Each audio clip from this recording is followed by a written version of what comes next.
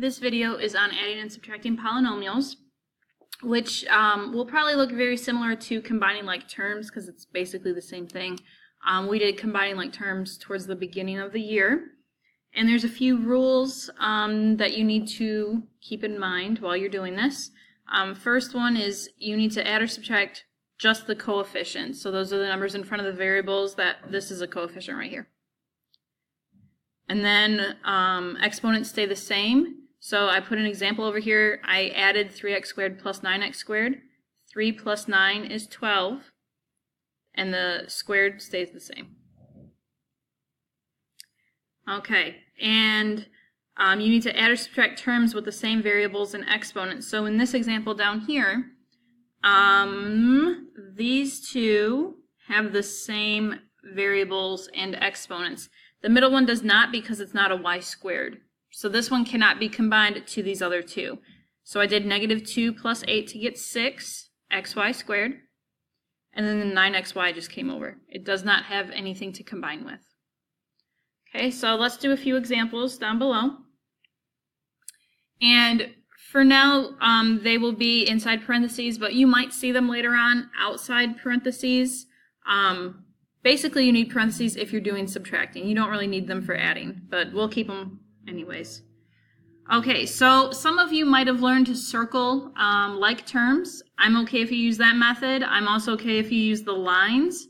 So I'll show you the circling and boxing method for this one. So I'm going to circle the x squared, and I'm going to circle this x squared. So that means I'm going to combine those two. And then I'm going to put a box or a rectangle, square, whatever you want to call it, around the x's. So now I'm going to combine the circles. So 3 plus 9 is 12x squared. Negative 12 plus 10 is negative 2x. I cannot go any further. I can't actually do 12x squared minus 2x to get 10x or anything like that. So that one is done.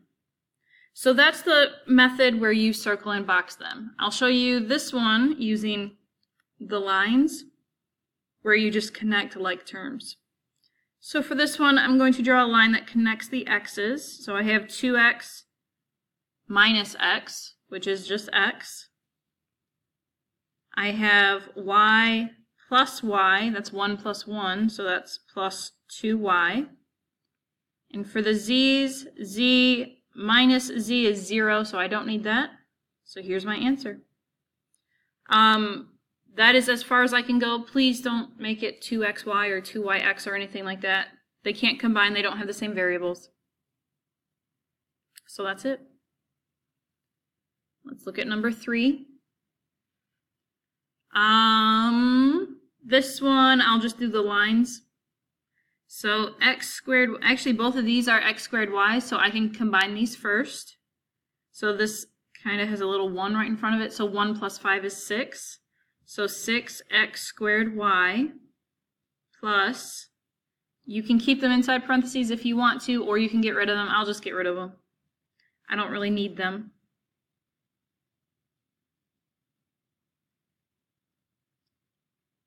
Okay, and let's see, do I have any like terms? X squared y, so I know if I combine these two, 6 minus 7 is negative 1, so negative x squared y. These two are not like terms, so I can just bring them straight down.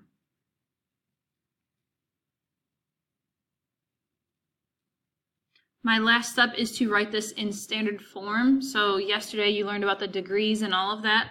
You need the highest degree first and then alphabetical order from that. So this will stay first, but I need to flip these two.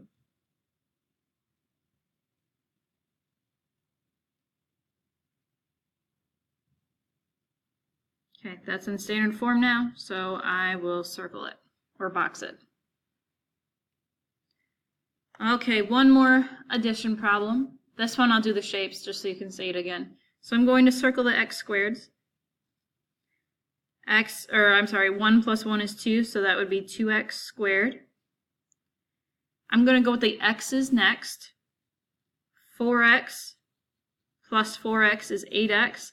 I went with the x's this time, so it would be in standard form, because if I went with the 4's, then it would not be in standard form. So I was kind of being lazy.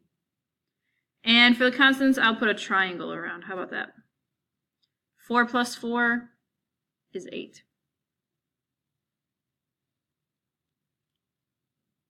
Okay, so that's it for addition. Now let's move down and do a few subtraction problems. So for subtracting, basically you are going to distribute the negative sign to the second set of parentheses, and then it'll be an addition problem. So distribute and then do what we did up here. So when I distribute the negative sign, I'm basically changing the signs of both of those. So 8p plus 6 minus 4p minus 2. And I'll show you on the next example. So 8 minus 4 is 4p. 6 minus 2 is a positive 4.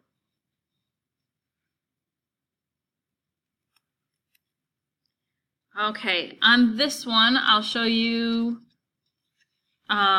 just changing the sign. So over here I distributed. Here I'm going to show you if you just change the sign. So subtracting, I'll use orange for this one.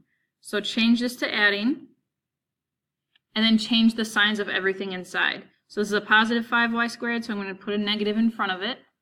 I'm going to change this to adding, and I'm going to change this to a negative 2. You could do that as well if you want to save yourself from writing so much. So now I have 9y squared plus negative 5y squared, so that's minus 5y squared. So that's 4y squared.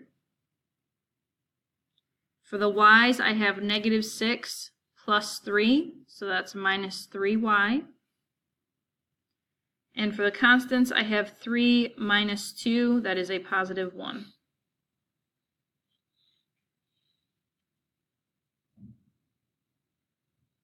Okay, next one. I'm going to, I'll distribute on this one, just so you can see it again. I don't care which method you use, that is up to you, as long as you do it correctly. So this would be minus 5 minus 2y squared minus 3x. So my highest degreed variable and exponent is the y squared, so I want those to go first. So 4 minus 2 is 2y squared. And you can cross them off as you go if that helps at all. I have a minus 3x that cannot combine with anything, so I'll put that down there. 8y does not have a buddy to combine with. But I do have negative 1 minus 5. That's minus 6.